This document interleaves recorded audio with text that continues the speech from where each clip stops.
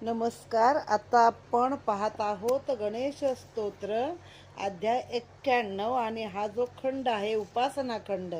आतापर्यंत बाप्पाची उपासना आणि मंत्र सांगितले आहेत. आता हे 3च अध्याय राहिले आहेत, 91, 92 आणि 93. त्याच्यानंतर सुरू होईल गणेश पुराणाचा क्रीडाखंड. आता आपण स्तोत्राने सुरुवात करूया. साष्टांग नमन हे माझे गौरी पुत्रा विनायका, भक्तीने स्मरता नित्य आयु कामार्थ साधती. प्रथम नाव वक्रतुंड, दुसरे एकदंत ते, तिसरे कृष्ण पिंगाक्ष, चौथे गज वक्रते, पाचवे श्री लंबोदर, सहावे विकट नावते, सातवे विघ्न राजेंद्र, आठवे धुम्रवर्णते, नववे भालचंद्र, 10वे श्री विनायक, 11वे गणपती, 12वे श्री गजानन. देवनावे अशी 12, 3 संध्या म्हणे नर. म्हणजे 3 वेळा दिवसातनं किंवा 3 वेळा संध्याकाळी किंवा संध्या करत करत. विघ्न भीती नसे त्याला, प्रभो तू सर्व सिद्धी दे. विद्यार्थ्याला विद्ये मिळे विद्या, धनार्थ्याला मिळे धन, पुत्रार्थ्याला मिळे पुत्र, मोक्षार्थ्याला मिळे गती.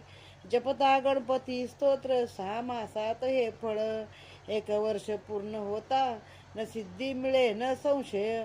नारदाने रचिलेले हे झाले स्तोत्र संपूर्ण. श्री गणपती बाप्पा मोरया.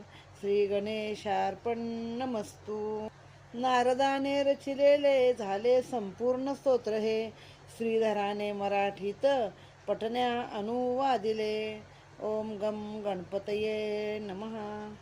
आता मागच्या अध्यायात आपण बघितलं, शेषाला गर्व झाला होता की मी शंकराच्या मस्तकावर बसलोय आणि ह्या पृथ्वीचा भार मी पेलतो आहे, माझ्यामुळेच देव अमर झाले आहेत. कारण शंकराने विषप्राशन केलं, मग त्याला दाह झाला, मग ते पुन्हा पृथ्वीवरती विष टाकलं असतं किंवा ब्रह्मांडात तर सगळं ब्रह्मांड जळून गेलं असतं, तर माझ्यामुळेच सर्व झालंय असं मग शंकरांना कळलं. ह्याला गर्व झालाय. शंकर फक्त उठून उभे राहिले तर तो शेष जो हिमालयावरून कैलासावरून कोसळला, तो गडबडत गडबडत खाली पृथ्वीवर आला आणि त्याचं तोंड आपटलं आणि त्याच्या तोंडाच्या जिभेच्या हजारो चिरफळ्या झाल्या. आणि मग नारदाने येऊन त्याला सांगितलं, तुझी अशी अवस्था का झाली बाबा, विचारलं त्याला. मग शेषाने पुढं काय सांगितलं आणि शेषाने कशी तपश्चर्या केली ते आपण आता 91व्या अध्यायात पाहणार आहोत. अध्याय 91. शेषाने तपश्चर्या केली.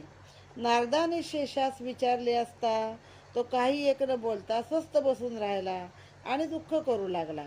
तेव्हा नारद त्याला म्हणाले, तू दुःख करू नकोस, मी तुला तुझ्या संकटाचा नाश होण्याचा उपाय सांगतो. हे ऐकून शेषाला धीर आला व तो नारदास म्हणाला, हे नारदा, माझ्या या ठेचलेल्या मस्तकाला आता पृथ्वीचा भार सहन होईन असा झाला आहे. तो भार पूर्वीप्रमाणे सहन होण्यासाठी मला उपाय सांगशील तो मी करण्यास तयार आहे. त्यावर नारद म्हणाले, मी तुला षडाक्षर मंत्राचा उपदेश देतो. त्या षडाक्षर मंत्राचा जप केल्याने तुझ्या सर्व इच्छा पूर्ण होतील. शेषाने षडाक्षर मंत्राचा 1000 वर्षे तप करून तपश्चर्या केली. तेव्हा गणपती त्याला प्रसन्न होऊन म्हणाला, तुझ्या तपाने प्रसन्न होऊन मी तुला वर देण्यास आलो आहे.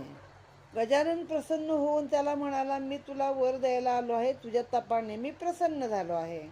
ते ऐकून शेष म्हणाला, हे देवादिदेवा गणेशा, तुझी चिरकाल भक्ती मला दे आणि मी पूर्ण पृथ्वीचा भार वाहू शकेन अशी शक्ती मला दे. अचल अशा ठिकाणी मला स्थान दे आणि भगवान शंकराच्या ठिकाणी माझी भक्ती जडू दे.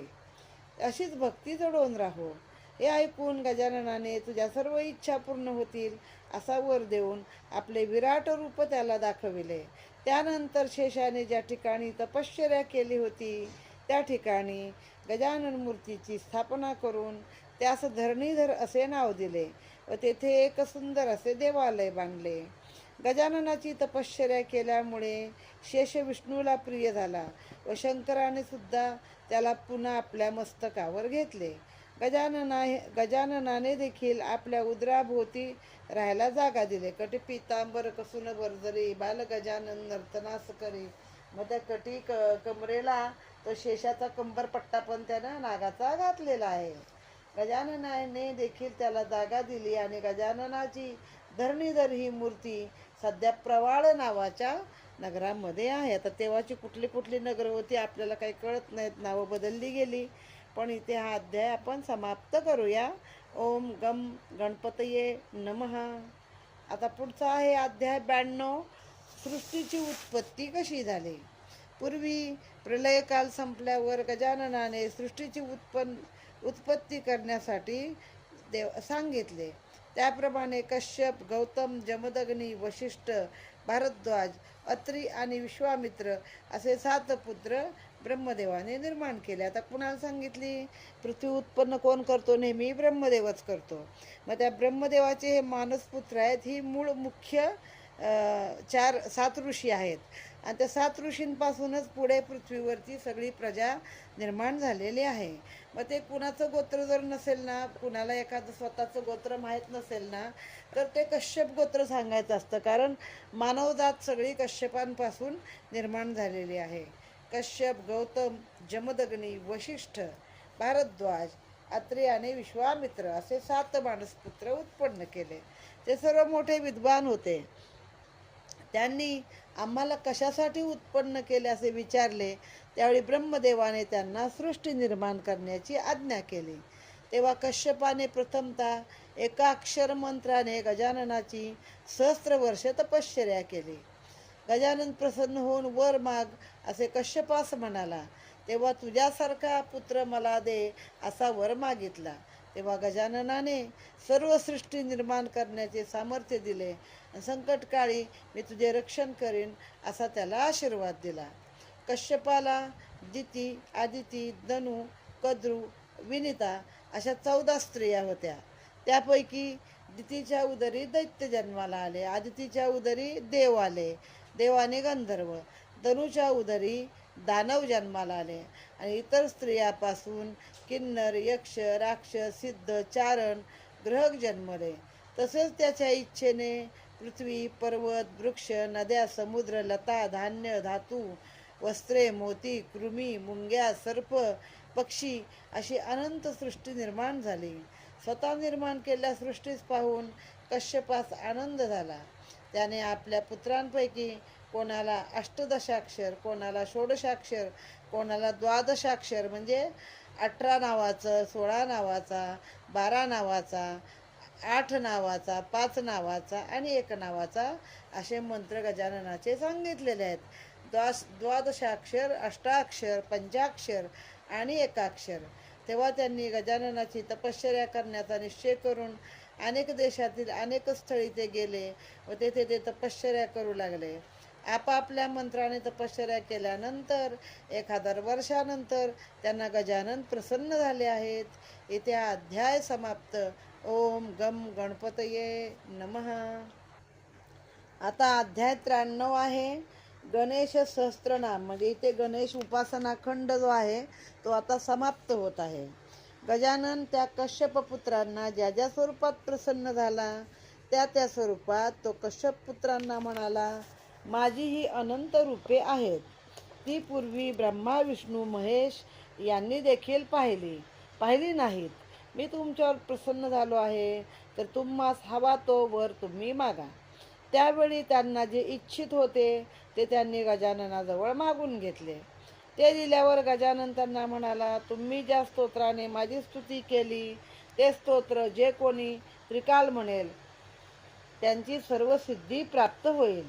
विद्यार्थ्याला विद्या मिळेल, धनार्थ्याला धन मिळेल, पुत्रार्थ्याला पुत्र मिळेल, संतती पाहिजे त्यांना संतती मिळेल आणि 21 वेळा पठण करणाऱ्याला या वरातील इच्छिलेले सर्व काही प्राप्त होईल असा आशीर्वाद देऊन गजानन गुप्त झाला. इथे तर सहस्त्रनाम सांगितलेलं आहे.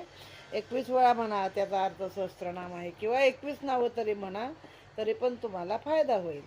त्या कश्यप पुत्रांनी अनेक मूर्ती स्थापन करून त्यांची सुमुख, एकदंत, सुमुखश्च, एकदंतश्च, कपिलो, गजकर्णक आता ही नावं त्याच्यामध्ये एका श्लोकामध्ये आलेली आहेत.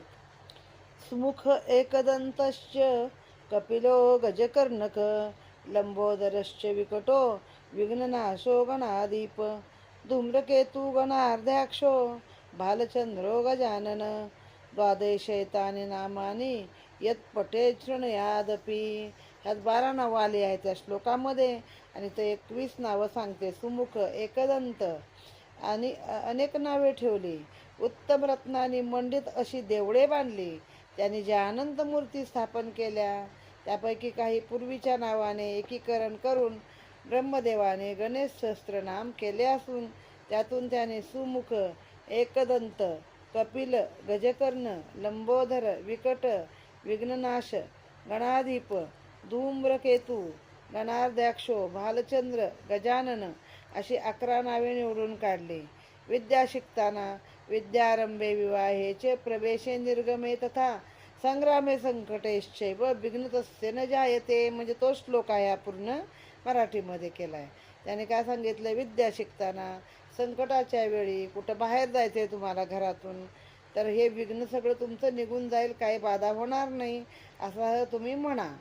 भृगु सोमकांताला सांगतात, ब्रह्मदेवाने व्यासाला जे गणेश पुराण सांगितले त्यातील हा उपासना खंड मी तुला निवेदन केला.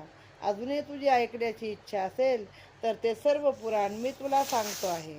शौनकादी ऋषींना सुत सांगतात, अनेक कथांनी युक्त असे हे गणेश चरित्र सांगताना मी तुम्हाला उपासनेचा महिमा सांगितला आहे. ब्रह्मदेवाने, व्यासांनी, भृगूंनी सोमकांताला सांगितलेले हे उत्तम असे गणेश पुराण जो श्रवण करेल, म्हणजे ब्रह्मदेवाने व्यासांना आणि भृगूंनी सोमकांताला सांगितलेलं आहे, ते तुम्ही श्रवण केलं तर तुमच्या सर्व विपत्तीचा नाश होऊन तुम्हाला अनेक प्रकारचे सुख उपभोग मिळतील. अशा रीतीने इथे हा अध्याय संपला आहे आणि हा उपासना खंड नावाचा खंड देखील संपला आहे. पुढचं गणेश पुराणामध्ये क्रीडाखंड आहे, तो आपण पुढच्या अध्यायामध्ये पाहूया. ओम गम गणपतये नमः.